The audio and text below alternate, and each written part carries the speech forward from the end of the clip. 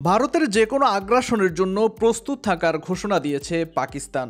পাশাপাশি দেশটির প্রতিরক্ষা মন্ত্রী খাজা আসিফ স্পষ্ট করে বলেছেন, যদি দেশের অস্তিত্বের প্রতি সরাসরি হুমকি তৈরি হয় তবে পাকিস্তান তার পারমাণবিক অস্ত্রের ভান্ডার ব্যবহার করতে দ্বিধা করবে না।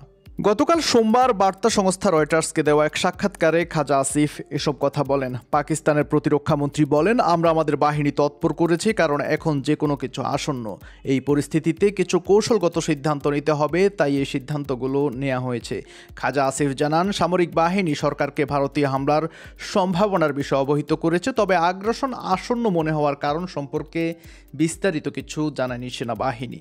দেশটির পররাষ্ট্রমন্ত্রীর ওই মন্তব্য এমন সময় এলো যখন ভারত নিয়ন্ত্রিত কাশ্মীরের একটি পর্যটন কেন্দ্রে সন্ত্রাসী হামলায় ২৬ জন নিহত হওয়ার পর দুই দেশের মধ্যে উত্তেজনা ক্রমেই বাড়ছে। গত ৪ দিন ধরে নিয়ন্ত্রণ রেখা বরাবর দুই প্রতিবেশী দেশ থেকে একে অপরের বিরুদ্ধে উস্কানির অভিযোগ তুলে গুলি বিনিময় করছে। পেহেলগাম হামলার পরপরই ভারত কোনো প্রমাণ ছাড়াই দুই সন্দেহভাজনকে পাকিস্তানি বলে দাবি করেছে, তবে ইসলামাবাদ এই অভিযোগ সরাসরি অস্বীকার করে নিরপেক্ষ তদন্তের আহ্বান জানিয়েছে।